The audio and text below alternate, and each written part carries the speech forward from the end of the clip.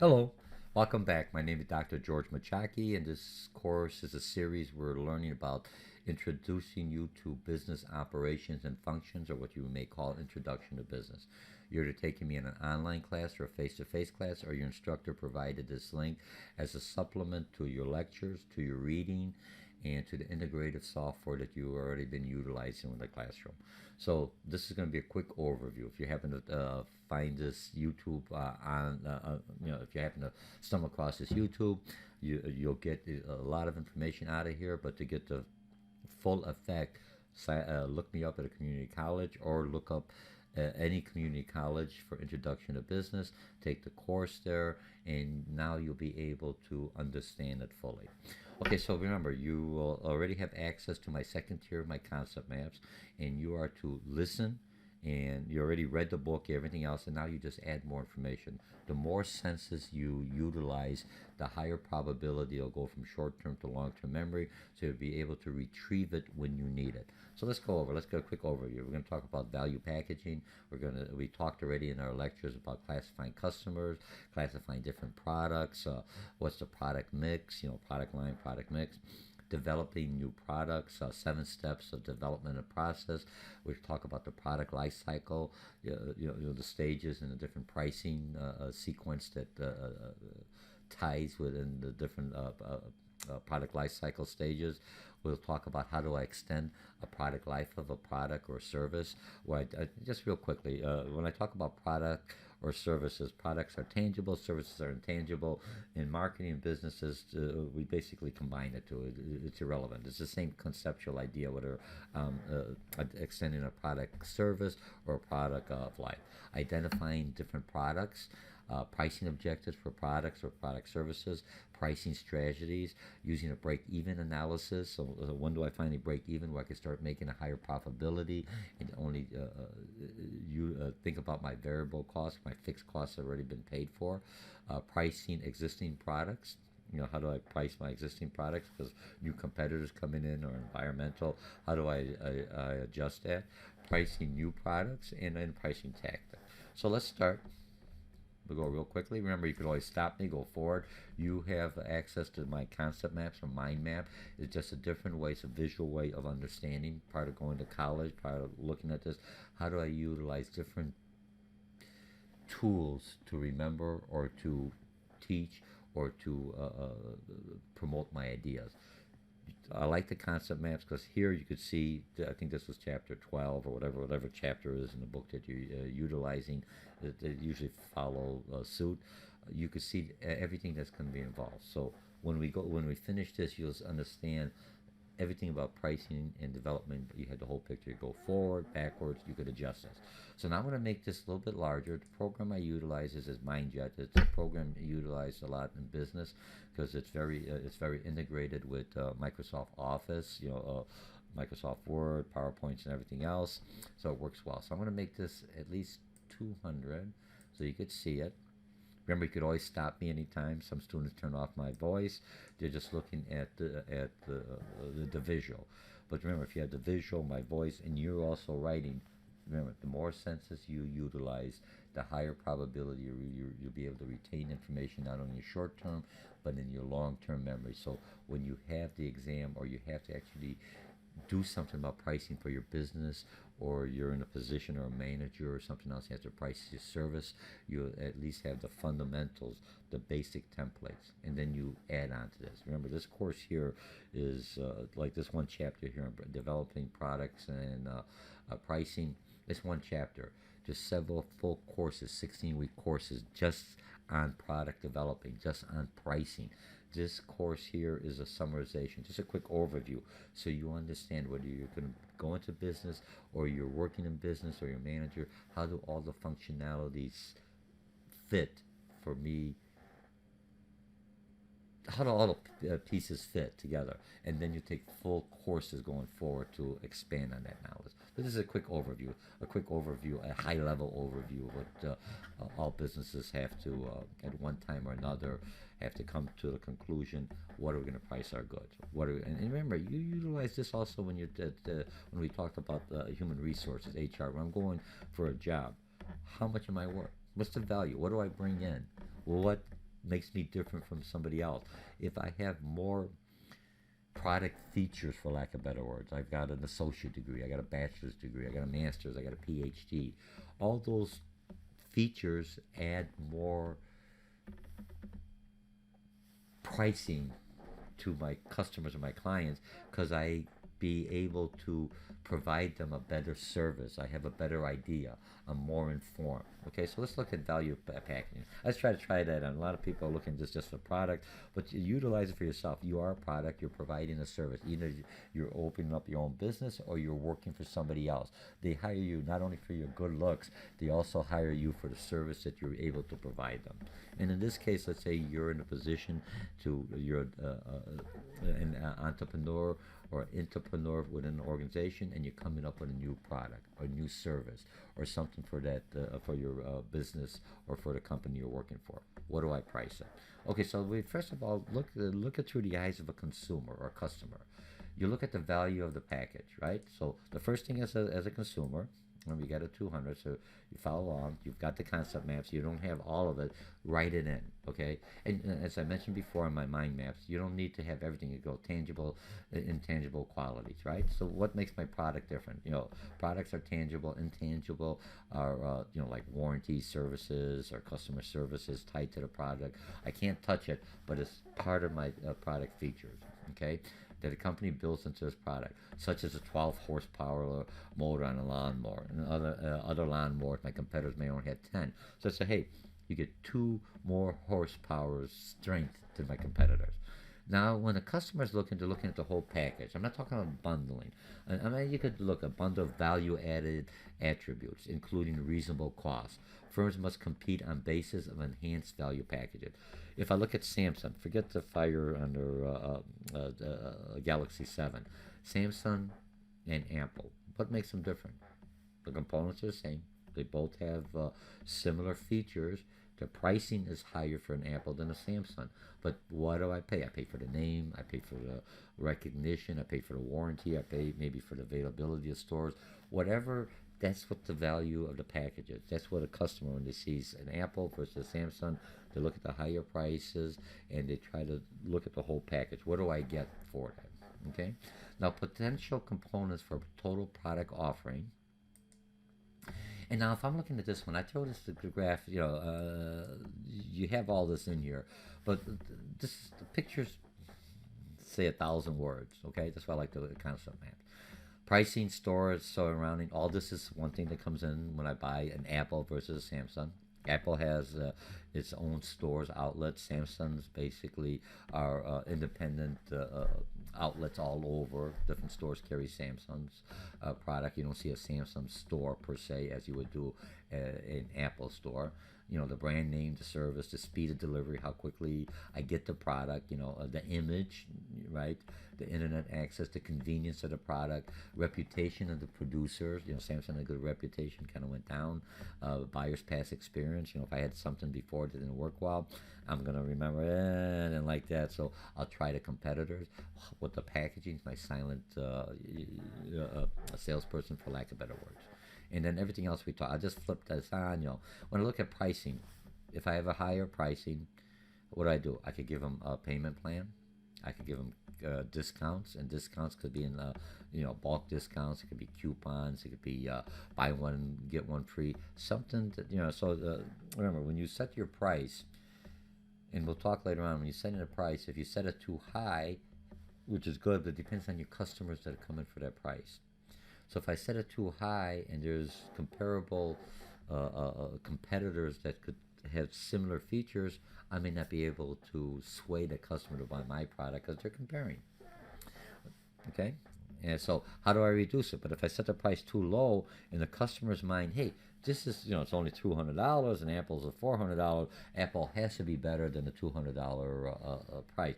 So pricing for a consumer, a regular purchaser, not a business, industrial, also has another feature to it. The higher price, in my mind as a consumer, I feel that I get a higher quality. So you have to look at it. So if you have your price too high, or if it's high but customers can't afford it for the market, so you discount it. So this way, in the customer's mind, hey, I'm getting high quality, but I got a break, I got a discount, I got a promotion, buy one get one free, or whatever. So I take that price, the high price, and divide it. Say, man, I'm really getting a good deal. That's all marketing. That's the perception, the conceptual part of the marketing or the pricing. Okay. So now I'll finish that with the pricing. So I try to keep these videos under an hour. I try to throw a little stuff. We already discussed this thoroughly in the class, either my class or with the other instructor that you've had the class. We go through this, and if they haven't discussed it, your author is a good resource. The book is very easy to read. You have the integrated software. I keep on stretching that. People just think I'm going to look at the YouTube and don't read it. Fine, you get what you get, how much time and effort you put into it. If this is your discipline, you want to understand that just because you passed the class, got a B, got an A, and you don't remember anything, you're useless in business. The first time I say, okay, price is about, oh, how do I do that? You have no clue. That's why you go to college. That's why you're taking classes. That's why you're taking this course, to understand how do all the pieces fit, and then you'll take more courses if this is going to be your job or your main function or your career objectives or your business, to make sure you're successful. You don't want to have the prices too low and not making a good profit, but I'm just breaking even, good. You want to make a little bit more. If your product and your customer and your demographic warrants it and able to sustain it and absorb that. But you have to tell the customer, why am I paying more? What do I get for paying more? Customers don't mind paying more if they can see the value in that additional cost increment. Okay? So how do we classify consumer goods or services? There's two types of buyers, right? You have the consumer, a person who purchases the product for personal use. You have the industrial buyer, a company or organization that buy products in producing other products and goods. A lot of people like to go with the industrial. Oops, made a mistake here. Remember, I just went bold. I hit the wrong thing. A lot of people like to. There we go. Geez, what the heck is going on? Excuse me, I'm live. I'll just leave it for now. Industrial buyers, because they are more of a repeat. They buy in larger quantities. The consumers are good. There's a lot of them, so I have a lot of individual ones, but I have to do a lot of selling. Here there's a smaller market, but they buy larger. Okay, now so now how do I classify consumer goods or services? First of all, convenience goods, inexpensive pop machine. You go in there. I know I'm going to pay a little bit higher, but it's convenience. I don't have to go all the way down to the store. I don't have to keep it cold or whatever. That are consumed rapidly. Include gas, milk, eggs, haircuts. If you're looking for services, and oil. Okay, so those are things you think about it, but the pricing is all right. It's a convenience good. You could do it yourself, but I pay the additional cost. I don't have to mess around with it. Okay, now shopping goods is something that's the next level. When I'm buying a computer, when I'm buying a suit, when I'm buying something else, I'm now start comparing. Because I'm looking at, hey, what do I get? Because it's a little more costly. They're consumed, let's say, moderately expensive. Infrequent purchases of goods or services buy only after comparing value, quality, price, and styles. Okay, that's preferences. Includes clothing, shoes, appliances, furniture. Specialty goods are expensive, rare, like a diamond ring. You're really going, I want that perfect diamond ring. I don't care what the costs are, but I'm actually seeking somebody who's selling diamond rings. It may be a one-time deal, or nowadays people are married several times, so it could be a several-time deals. You could get frequent flyers who've been married a bunch of times. I'm just kidding, throwing a little humor in here. Okay, so you have a smaller market. Products with unique characteristics and brand identity include, Ritz Carlton. You could have Lamborghini automobiles or Corvettes, whatever, Tiffany jewelry, Rolex watches, fur coats. Okay, now unsought products. I don't let me talk. Our product consumers aren't aware of. When do I need a dentist when my tooth hurts? When do I need a tow truck when my car breaks out? So, funeral services. I'm not looking for it, but they're out there. And then we'll talk a little bit about how do I stimulate sales for funeral services. That's another one. That's one of those. No one wants to talk about that, but there's a whole market out there. Categories for consumer product chart. Now, and here, just the author did a real nice job. I'll leave this open. I'm not going to go through it. We're going to discuss it in class. And it basically breaks it down, similar to what I did in here. So you have everything else. So these are what I would call consumer product, convenience shopping goods, and specialty goods.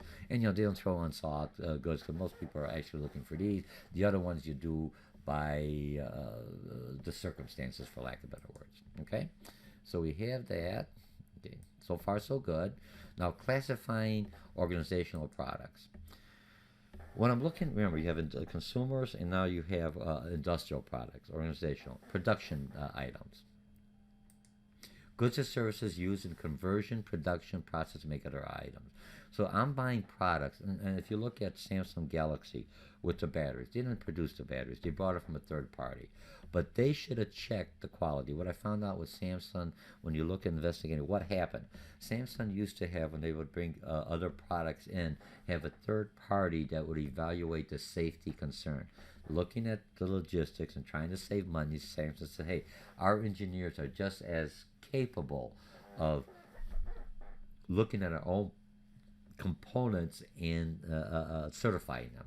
Remember, you created something, you're going to be a little biased to that. It's nice to have another outside party looking at, have no bias to the product, just looking at the functionality. Does it work what it says it works? Remember, I created it, so you have, it's like getting a second opinion.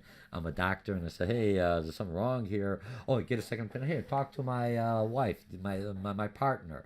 She's another doctor. She's not going to really question me too much because we're in the same practice. You want an outside party. That's what they found out. So they cut some costs, but now it was a nightmare. They lost their brand reputation, at least for the smartphone, and question and other things. That's the same problem we're going to have with the refrigerators, other product lines they carry within their product mix as Samsung as a whole organization. Okay? So expense items. When I look at expense items, industrial products purchased and consumed within a year by a firm producing other products. That's me. That's my expense of doing business.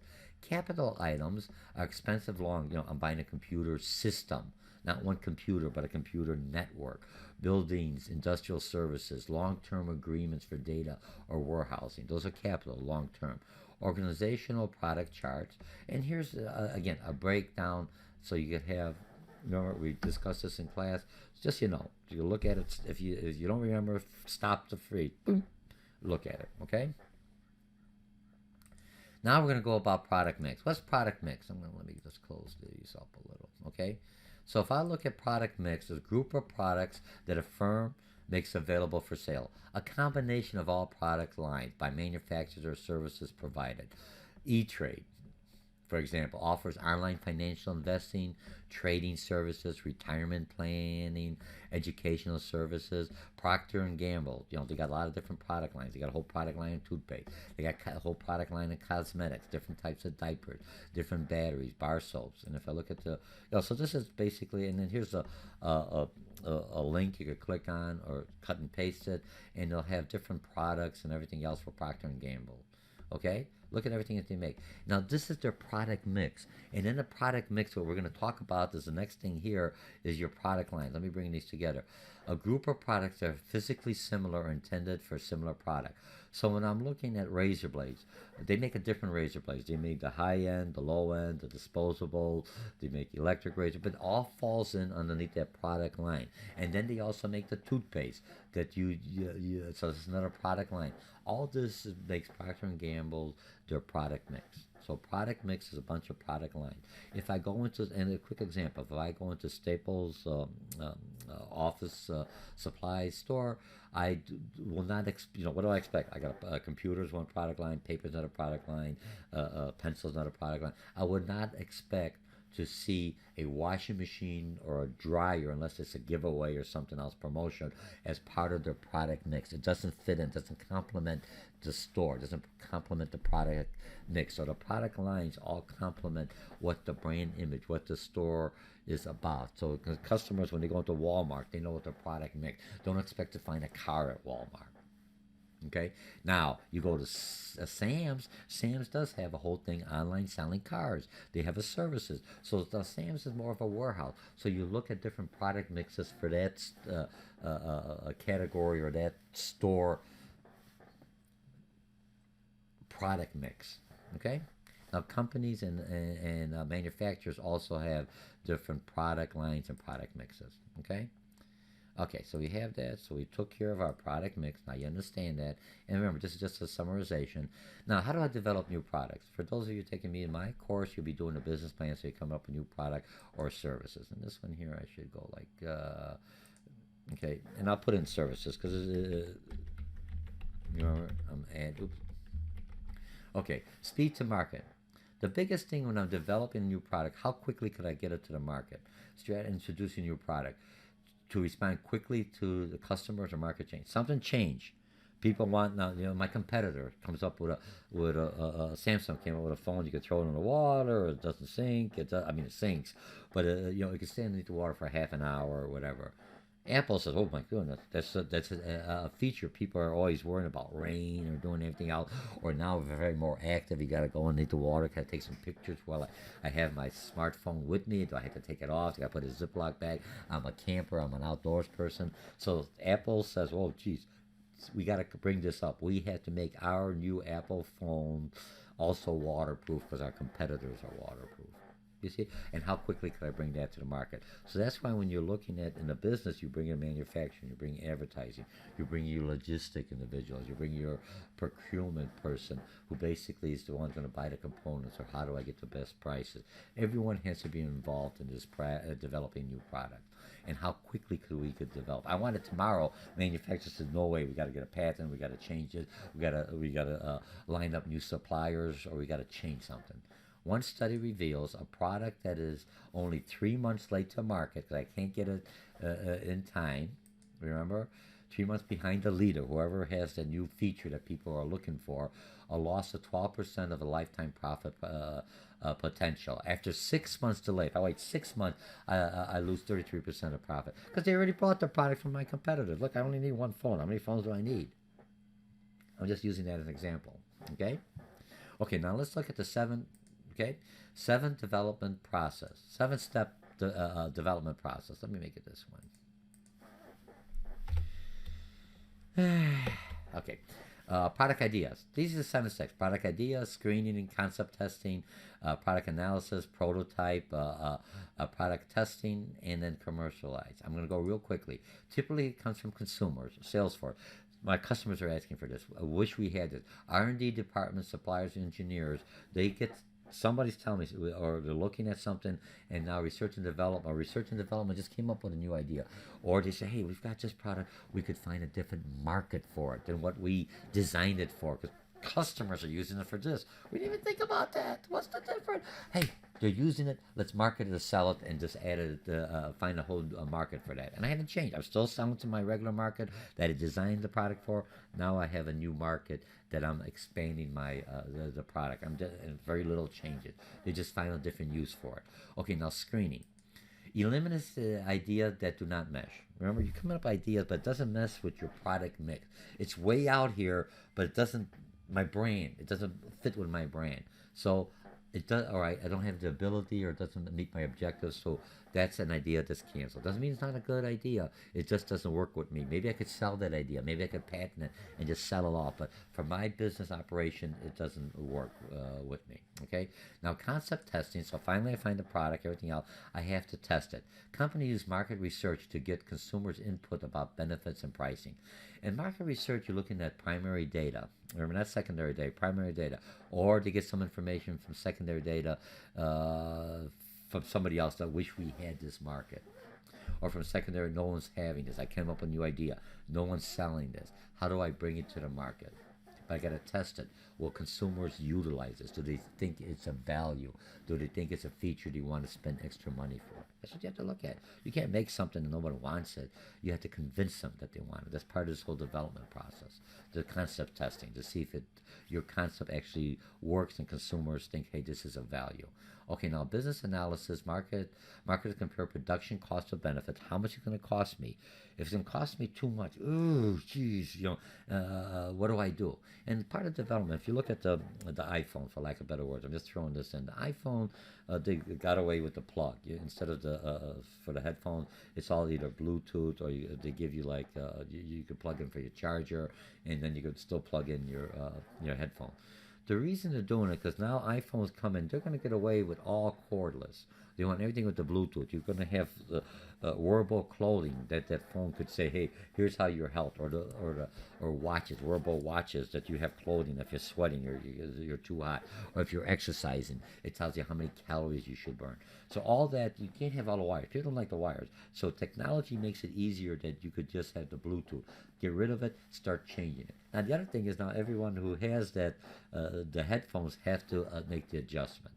Okay, but you're looking at how much the production costs. So maybe if I have that plug-in, it's going to cost me too much to make it waterproof. Let's just get rid of it, and now it's saving costs. But my future development, as I add more products to it, I don't have to change because the customers already have the new improved feature working on it. Just like the software I'm using to recording is new. I hope everything works well. Okay. Now, product development, engineering, research and development, R&D, design groups, produce a prototype. Now you finally have everything else. The concept's good. The business, I can make money on it. I can produce it. I have a prototype.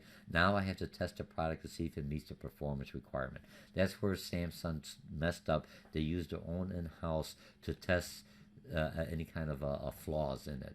You created it. You are biased one way. You may not look at your own flaws. That's why a third party. But they try to save money. Makes sense. They have good engineers, but now they're going back. Let's have a third party certified, like Underwriters Laboratory, test certain equipment to make sure there's no bias in there.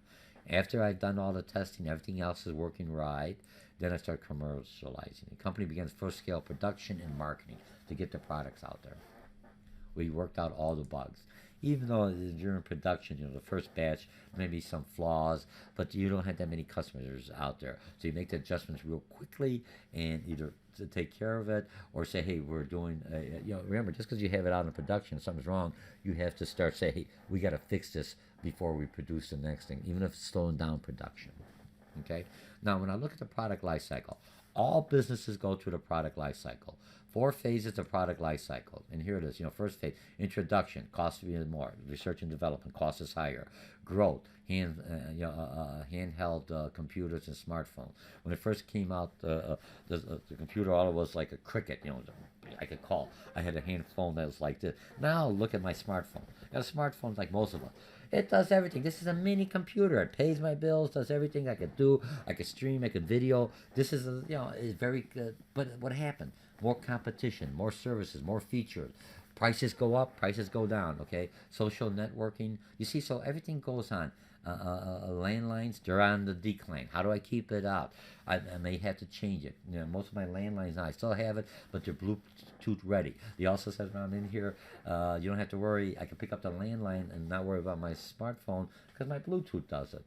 It picks up my landline. So this is a cell phone. So I have one phone in the house. I don't have to worry about hearing my phone. But they're trying to adjust technology to work with these two to bring it to keep it alive or reintroduce it back into the new introduction product life cycle.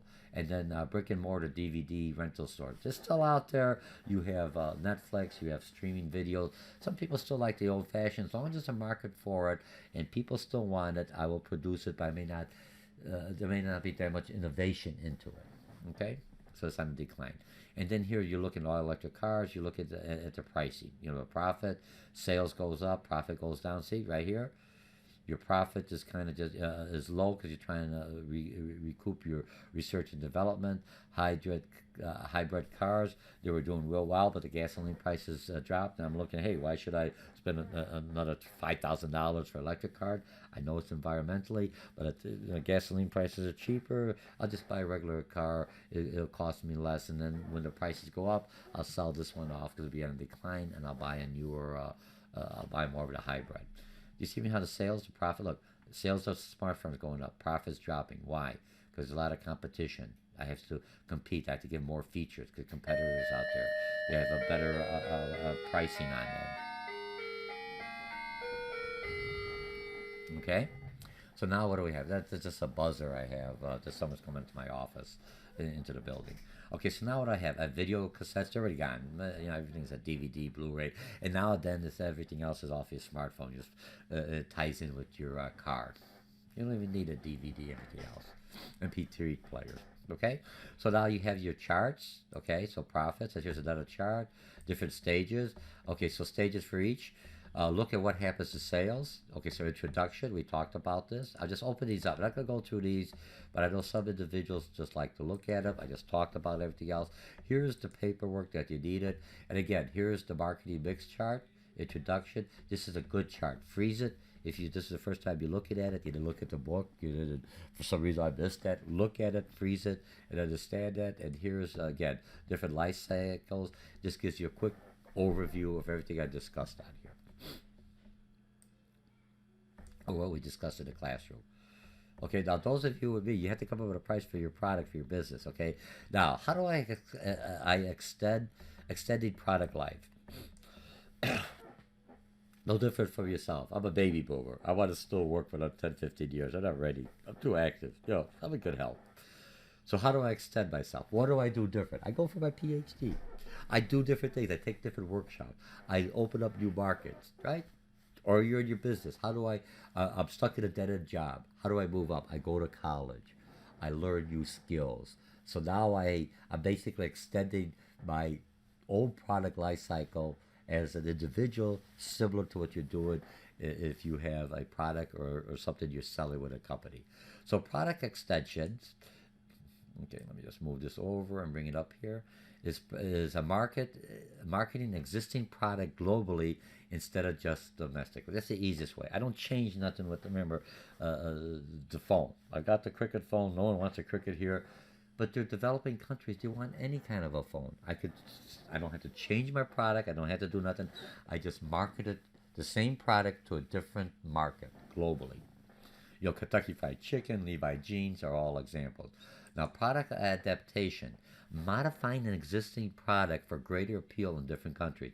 This becomes costly. An example, Germany and McDonald's, a meal includes a beer. It's not that cost. It's costly for the franchisee because now they have to have, instead of a pop machine, they have a pop machine. They also have to have another brewery machine or something to dispense beer, okay, kegs of beer. Okay, Ford put steering wheel on the right side for sales in Japan. So you try to do in your production that you have the holes for right or left, so when you do the change, you don't have to change too much. But any kind of changes is more costly. Remember, when I just leave the product as it is and find a different market's one thing. Okay, let me see what I have here.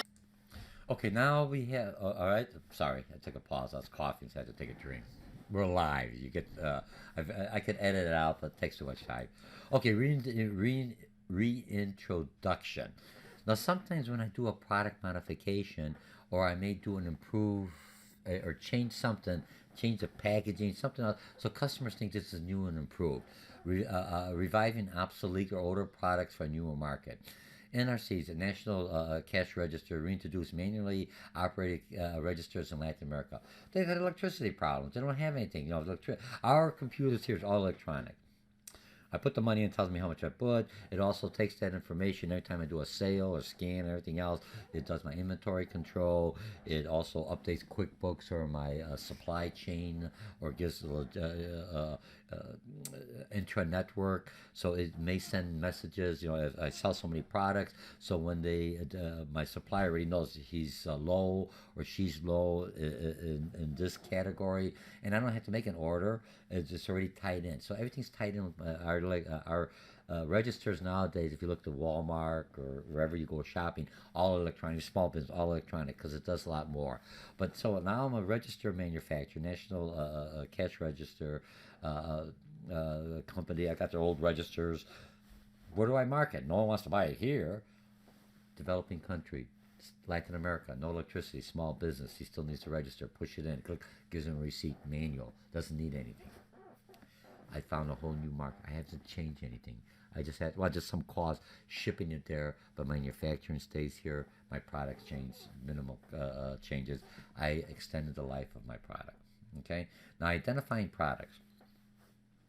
From identification of products, you're looking at different branding. I want people to come back and buy my product and not my competitors. So not only does my product have different features or different attributes, it has to look just a little bit different. It has to have a different brand so I could identify a Samsung versus an Apple. Apple's got that Apple, okay? Better words, okay? So branding. When I look at branding, process of using symbols to communicate the qualities of product made by a particular producer. A Mercedes got this tri-star logo. You know, Chrysler tried to be similar to it in some of their cars, but you could tell a Mercedes. McDonald's got the golden arches, even though now you don't see the big golden arches because there's zoning issues. They got the little arches, a little more modern, a half of an arch, but you could tell it's a McDonald's. Community qualities of a product made by a particular producer. You know, Target. If you go to Target, you got the bullseye. You don't even have to put Target's name on there. You see that bullseye, the red bullseye, you know it's a Target store. They start branding on their clothes. This is a Target made product. Okay, brand awareness. Now, extent to which your brand name comes to mind. Remember, when I want brand awareness, is I want to make sure that the brand name does come to mind, that I could remember the brand, that I could, when a consumer considers a product. Apple, right away, high value. Samsung, what's the first thing in the brand? High value. Now Samsung, their battery started fire. That's not what I want to associate a negative. I always want to associate the brand with a positive. So if something negative comes, how do I rebrand it? Same brand, but through marketing and advertising, we've improved. We found our flaws. We're better now. We are higher quality. Better. You know, and how do I bring customers in? Normally is a year guarantee or whatever on the smartphone, a 90 days, will give you a whole year. Oh man, geez. Will that be enough to sway me to come back to that brand? Okay, most valuable, UPS has the necessary brand awareness. When it comes to mind, when you need to ship a document a long way on a short notice, what's the first thing you think? A UPS truck. Come on, very easy. You see the brown truck, UPS, that's their brand. World's most valuable brands. We talked about this. And so Apple's number one, Google, Coca-Cola, IBM, Microsoft, General Electric, Samsung. You know, they probably dropped a little bit more now because of this. They could probably come around. We'll see what happens. It's good. You know, all businesses have. You grow too much, and then you think you know everything else. Something happens, and you got to rebuild. That brings the business back humbly, but it brings a lot of times. Remember, part of business is things don't always go the way you plan it. So sometimes things fail. You don't put your head underneath in the sand. You say, okay, it failed. How do I improve it? And it come back stronger and better. Make sure that never happens, and you bring customer confidence back. Okay, McDonald's and Mercedes-Benz. Okay. Now, product placement. Again, you know, branding. Where do I place my product? What stores are they in? You know, for a lot of times, Apple, you can only buy it from Apple online. Now they're all over. You know, I mean, if I look at the Xbox or PlayStation, you know, it was very strategic. But they put it in stores and they control the pricing of those products. So no matter what stores they're at, they want to make sure their brand is in the store that represents their attributes and the quality of their products. Okay, so promotional tactics for branding exposure, in which, okay, now look at this one, product placement, and this one's more with the advertising. In which characters in the television use real product with its brand visible to viewers, films, music makers, magazines, or video games. If I look at look at a video or a DVD, and you're watching the thing, and all of a sudden they're drinking a Coke or a Pepsi, and you can see the Coke. You know that Coca-Cola paid to get that Coke can in that individual's hand while he's drinking it. Otherwise, you just see they're drinking a pop. It says pop. There's no brand. They're not selling anything. It's generic. Or if you've seen what kind of cars they're driving, they contributed to some of that. You know, if they're going to have a Chevy or a Mini Cooper when they came in, that's a brand awareness. You know what I mean? Because, hey, I like that car. Look how they're doing all those things with that. So indirectly, they're selling their brand by positioning it in certain videos or certain DVDs or in certain magazines, okay, or in games. Okay, now you have the national brand, and this was all discussed in class. A brand name product produced by, widely distributed, and carrying the name of manufacturer. National brands, okay? So example, national brand, DirecTV, Progressive Insurance is national brand. You got Flow in there. You got Scotch Tape. You got Scope mouthwash. You also have toothpaste, other things, but those are examples of brand names. People buy them, even though they have said we're similar to Scope, we're similar to their. They're not similar. They're similar, but that's the brand. You're trying to compete because the brand has that quality or the image. So you try to keep with, it has a strong brand and also is a national brand. Okay. Now private labels. Jewel has its own private labels. Uh, uh, Walmart has its own private label. Brand name products that a wholesaler or retailer has commissioned from a manufacturer. So I may make Maytag refrigerators or washing machine, but Sears wants their Kenmores.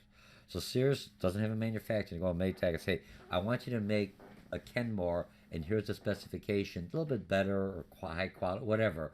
And instead of having the Maytag on there, they'll have the Kenmore brand on there.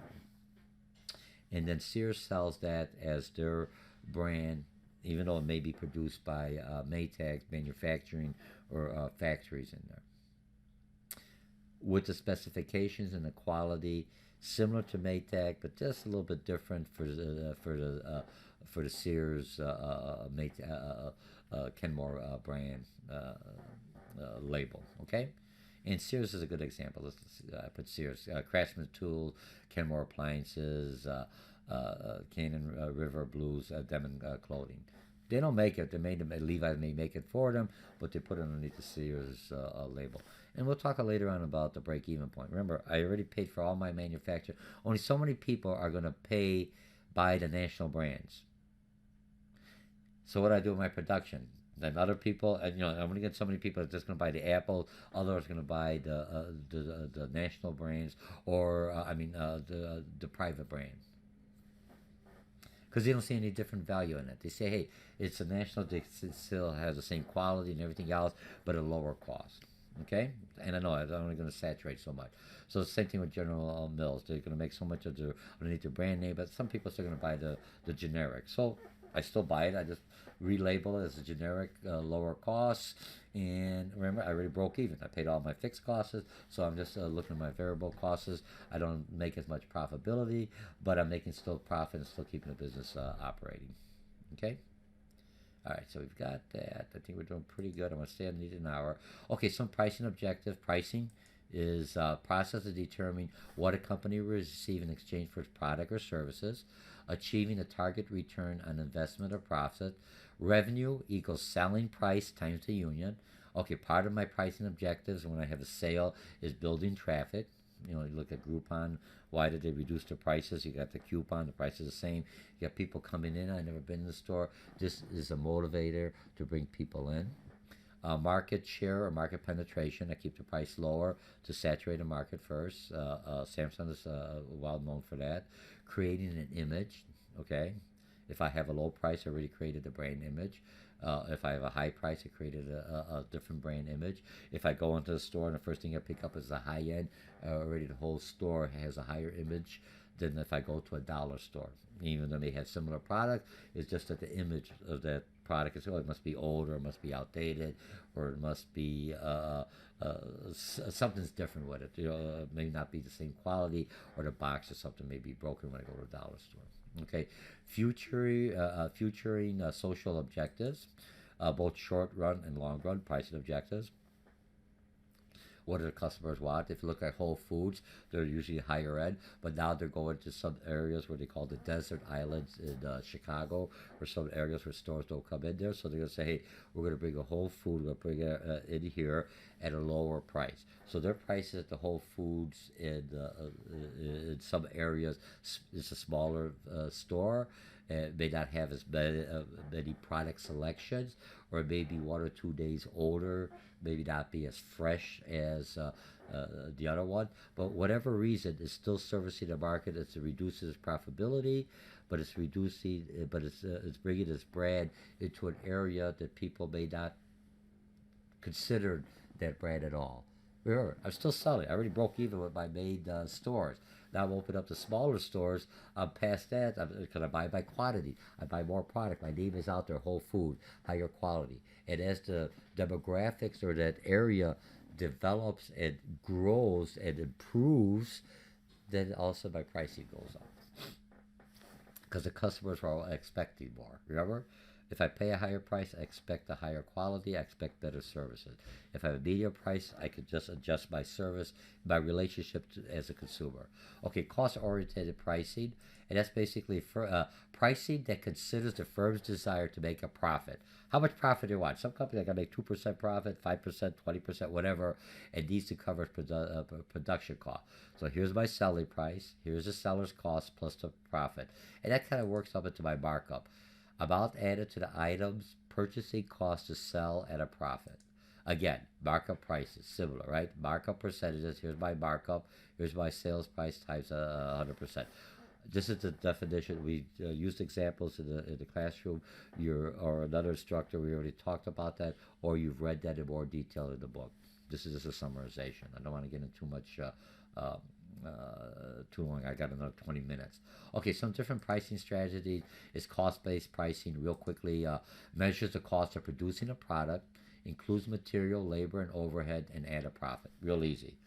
But when you add all this cost-basing, you have to look at your competitor. This works out well if you have no other competitors. It's a brand new product. You have competitors if you have a higher cost because you want a higher profitability, but there's no additional value or no new attributes to your product or features. Why would I pay that additional cost? Remember? And it could be perceived added value. Perceived. I mean, it's not tangible. Apple is perceived to be better. It's because it's everyone who has an Apple. I'm in a higher social class. I'm cool if I have an Apple iPhone versus a Samsung. And I'm just joking. Cool. The Samsung is hot, red hot to the battery. There's a little humor in there. Okay, so target pricing. This is how you should really look at it when you're opening up a new business. What will the market pay for? Subtract the desired product and cost to make the product. So here's what the market will pay. Here's my profitability. And now, could I make that product at that cost? If I can't make it that cost, that tells me that my costs are too high, or I got to reduce something on my expenses or drop a feature to be able to be competitive. Competition pricing, what the value of what rivals are charging. Market price, buyers versus seller. That's basically, we talked about that earlier, right? In the equilibrium pricing marketing. Value pricing is service and goods at a fair price. Low, high pricing, usually regular prices that are higher than the manufacturer's price, for lack of better words, except during special sales when they're lower. And look at Kohl's clothing stores. Everything is here the manufacturer prices, and then here's the markdown, for lack of better words. Price leadership. Leader firms, competitors follow. Some firms, when they raise their prices up, airline, when one airline raises up, people complain, or they say we're going to start charging a baggage. We're going to charge more if you're a heavier weight individual, larger seats, or if you're going to bring a child and you can't, because he or she, you're going to be in the seat's going to take a seat. So I'm going to charge you more. I'm going to charge you more for baggage. So one airline industry will do that and see how much flack they get. If they, they'll take the first flack, and after they take the flack and people are still going, then you see your competitors. Now it's acceptable in the total market. Everyone's charging for baggage. Or you may say, hey, my competitor's charging, we still give you your baggage free. The weight, one baggage, if you have a whole bunch of baggage, I understand that, but your basic baggage, your carry-on baggage, we're not going to weigh it. You can take it on if you can fit it through this little box, okay? So do you follow? Now, if I look at Bank of America, when they raise some of their prices on some of their services on their debit card, they got a lot of negative feedback. People are closing accounts and everything else. So the other banks are looking, we're going to hold off on that. The timing's not right. Doesn't mean you can't raise your prices, just the timing's not right. It's not acceptable. That's price leadership, okay? Now, demand oriented, what do customers demand?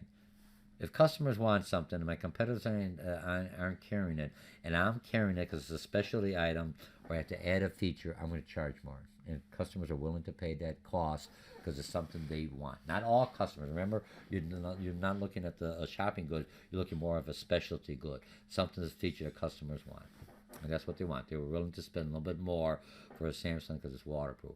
But in reality, it was the same price, but it's waterproof. Man, I want that waterproof because every time I get the phone wet, it's not under warranty. I got to buy a whole new phone. This is a nice feature. This is what I want, and I'm willing to pay a little bit more for that feature. Okay? Now, break-even analysis. Break-even analysis. Process used to determine profitability at various levels of sales. Break-even point is where revenue equals cost, and they're talking about your fixed cost. So I'm looking at fixed cost. All costs that remain the same no matter how much is produced. So I break even. Once I pay my fixed costs, I pay my mortgage, I pay my rent for the store, whatever. Once I pay that fixed cost, it doesn't go up. My variable cost, my electricity, my time, and everything else. So the fixed cost is taken care of. That's on my break even, and now my variable costs change according to level of production. How to find a break even? The profit equals total revenue minus total fixed cost plus variable cost, and here's your break even chart. So here I hit the break even things, right? So I break even, fixed costs $100,000, right? And I sell so many per unit, I break it even here. So now, right, fixed costs at plus $8, and now total revenue. You see my profits go up because I don't have to worry about the fixed cost. I've already taken care of this. So every unit I sell over my fixed cost, over my break-even amount, I just are paying the variable cost. I can make more money on that because my profit, I already paid everything else off. This is all additional. My profit margin goes up in a nutshell.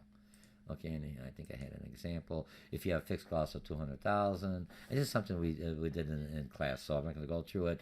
You could figure out what would be a break-even point for 100,000 items. Okay. Okay, now, or look up in a book. Remember, this is I've got 3 more things, about 10 more minutes to go. Pricing existing products. Pricing above prevailing market price for similar products. To take advantage of a common assumption that higher price means higher quality. Come on. Consumers. Business a little different. I'm looking at, remember, when we're looking at business people, pricing is in there, but it's not the first thing. I'm looking at quality, I'm looking at delivery, I'm looking at the logistics where the warehouse are. But when I'm looking at pricing, I'm looking very specific, not because it feels nice, it looks nice, color. I'm looking at specification. Does it meet my specification? Because it's a component into my product. So when I come out, when I sell it, then I have that high quality. So if you're trying to cut in costs to keep your high quality product up, and you buy something that's going to have problems with your product overall, it could be a switch, it could be a button, something very simple, but people look at it, man, the button never works. This is a cheap dump. I paid $25 for this, or I paid $700 and the screen doesn't work, or something else on it, or it breaks. What the heck? And you saved on one end, but the quality was poor. So in business or industrial goods, it's looking more for quality and specification needs. Consumers, they're looking more at the higher prices. And in industrial goods, the more I sell or the more I buy, the lower price. That's where the Sam's and Costco's rationale goes in for consumers. You get a little less on it because you're buying more of a bulk. Economies of scale that we've talked about before. Pricing below the market while offering a product of comparable quality to a higher price competitor. So I go a little bit. I said hey, everything is here similar. That's what your for lack of better words, your private labels say. Why pay this? We exactly like your national brands. We have the same component. It may be a little bit different, may have a little different taste. If I look at Listerine, a lot of different mouthwash, you say, we're like Listerine. Listerine says no. Our formula is only made, not for any private labels, only for our national brand. They have something similar to it, but not exactly. Okay? Now, pricing at or near market prices. That kind of makes sense. Now, pricing new products. There's 2 ways of bringing new products into the market after you develop. Remember, we went through the testing and everything else. So how do I bring a new product in? Price skipping. Setting an initially high price to cover new costs and generate the profit. No one else has my product. There's no competitor. I can get away with that because I'm in the introduction. Is it 6 months, 3 months? I got that little window.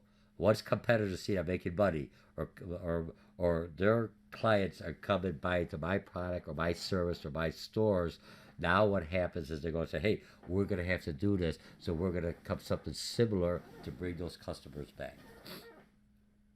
Remember, how quickly I can bring it to the market. But you have that window. Now the other thing, so you have a hire, you make your recoup your research and development, and then as competition comes in more into the growth stage, I start lowering my price to be competitive. but I recoup my research and development, part of my break-even strategy. It's a little bit different, but this is a similar concept. Or I have penetration prices. Setting initially low price to establish a new product in the market. Samsung did that when they came in. But remember, if I set it too low, my customers will think that the product is not the same quality because it costs me less. Just the way we in marketing, for lack of better words, condition the customers. Okay, now pricing tactics. Bundling. You see that with phone. Grouping insurance companies. Several products together to be sold as a single unit at a reduced price rather than individually. It makes sense. Why? You already have the phone. You already have this. What else could I bundle with? You got the cable TV. What are services? Instead of you selecting it, we bundle it. Look, my phone got more things on it that I'll never use. I don't really care. But as long as the price is there, I wouldn't buy it for the stream. I don't stream. I just look at the videos, do my Blackboard, my online stuff. But that's basically it. The other stuff is nice once in a while. I may look at it, but it wouldn't enhance me to buy that phone. I'm looking more at reliability and cost. Okay. Now price lighting, for lack of a better word, setting a limited number of prices for certain categories of product. A department store, certain department store, this is really good.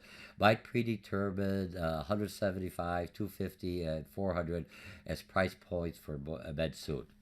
We don't sell anything over 400. Here's good, best, better, for lack of better words, okay? And they'll have their products in that kind of category. So all men's suits would be set at one of these three prices. And you see some product. Psychological pricing. Pricing tactic takes advantage of the fact that consumers do not always respond rationally to stated prices. Psychological prices.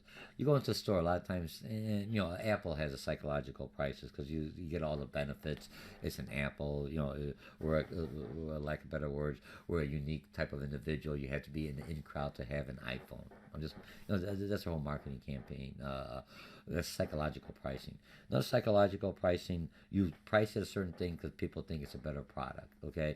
Another, look at pricing. A lot of times you play around. I'll have to put sales. I walk in a store and you'll see in the store they'll say can of goods or something like a sales price 99 cents. Wow, people just buy it because the red tag sale. 99 cents sale price. People think it's a sale, and I pulled that tag over. They hate it. That's why they have the plastic on it, and it's still 99 cents regular price. What did they do? Psychologically, I see the red tag, I see the color, I think it's a sale. I don't even realize what the regular price was because we just looking at sales. The sales, let's buy it. Okay, odd even prices. Now this is good. You never see anything, even a gas station, even though it's $3.99, $4. Okay. Psychological pricing tactic based on a premise that consumers prefer prices not stated in even dial. Consumers regard prices of $1,150 as significantly higher than $999 and $95, 99.95. And look, when you add all those numbers and looking from marketing perspectives, if I have it easy, people, what do you mean 99? What's the price? Too many numbers. If I say 10% of this is real easy, I know what the 10% of 1,000 is. $10. What's 10% of that? Oh my God, that's hard. I always tell people when you do estimate, just round it up to the even number. And now you know price comparison. It's just odd even. Everything's odd even. Keep it underneath there. It's still not $1,000. $99,999. Okay. Now discounting. Price reduction. Let me just close this off. Price reduction offered as an incentive to purchase. Auto dealers, vacation resorts, airlines, hotels offer discount prices to stimulate demand because demand's not there during off-peak season. Okay, so you have it all. Hey, we finished. I think I'm a little bit over an hour. I really apologize, but this is something important. Let me just go in here, and I'm going to close this off and one level, and I'll bring this back down to view 150, and I'll do like you're supposed to do, and like you've learned in your speech classes, your summarization. All right, we've done everything today. This is a quick overview. You learn about value packaging, right? You learn about how the different classification of customers, consumers, and industrial. You learn about organizational products, the expense size on that. It's a component for one of my products. You learn about the marketing mix, okay? You learn about new products, okay? You learn about the 7 development process, the concepts and everything else, the testing. You learn about the product life cycles, the growth, introduction, the growth, the maturity, the decline, and all those prices are adjusted depending on competition. My profit margins start shrinking, but I've already recuperated that in my introduction phase that's really high because of my research and development. How do I extend a new product life, changing something, find a new market, identifying products from a consumer, the branding, pricing objectives. What's my pricing objective? I always want to make a profit, but how much? Different pricing strategies to bring in my product into the market, using a break-even analysis after I paid off my fixed cost. How do I generate I got my manufacturer. Only so many people are going to buy my product. Then I go to the private labels, or I do something else, or do a different product line, or a different market I try to do. I can reduce the cost, maybe drop a feature or so, but I already paid my fixed costs. I'm only looking at my variable costs, so I have more of a profit margin because my fixed costs are taken care of. So the more units I sell above my break-even point, it's all once I subtract the variable costs, that's electricity or labor, everything else. Then at that point, I have more of a profitability. When I substitute, some of you might see me when I substitute. I already done all the work for my class. That's my break-even point. Paid for everything else. So when I substitute, I just show up. I don't have to do any I just do the lecture. You get me for my time, so it's all profitability for me, for lack of better words. And then how do I price it? Existing prices, existing products. Do I have to adjust them? Do I maintain them? What do I do with them to stimulate the sales? And how do I price new products? That's what you're doing in my feasibility study. How do I price this new concept idea? Even it may be a yogurt store. It may be something that's existing, but you're new. You're adding something different. I'm adding something different. Remember, the pricing is not only the product. When you look at market, it's the whole atmosphere, the store, the customer. Remember that one chart I had in there when I showed you everything. The environment, the customer, the brand, the loyalty, the warranty. All that is part of the pricing when I bring it in. And different pricing tactics to get my product, at least so people will try it. Once they try it, then word of mouth. How do I get them to come back? How do I get them to come back to my store? So all this is part of what you've learned about developing a product, new idea or service, and how do I price that product. Again, my name is Dr. George Mochocki. Make sure you do your integrated homework assignment. Make sure you read the book. When you're doing this, if there's some areas you're not familiar with, stop the video, go back, look at it. I open up all the different tiers on your mind maps, write them in, minimize the wording. I put more words because it's easier for you, but when you're doing it, just minimize, get the keywords, so when you have to study and you have to take the exam or you have to retain this, you got the main word, boom boom. And now when you look at this, you have the whole picture of this whole chapter on pricing. You see everything in one big thing, one big visual, and then you could look at how all the parts fit together. Again, my name is Dr. George Mochocki, and thank you for listening to this overview. And I'll see you on our next broadcast coming up in a little while. Thank you.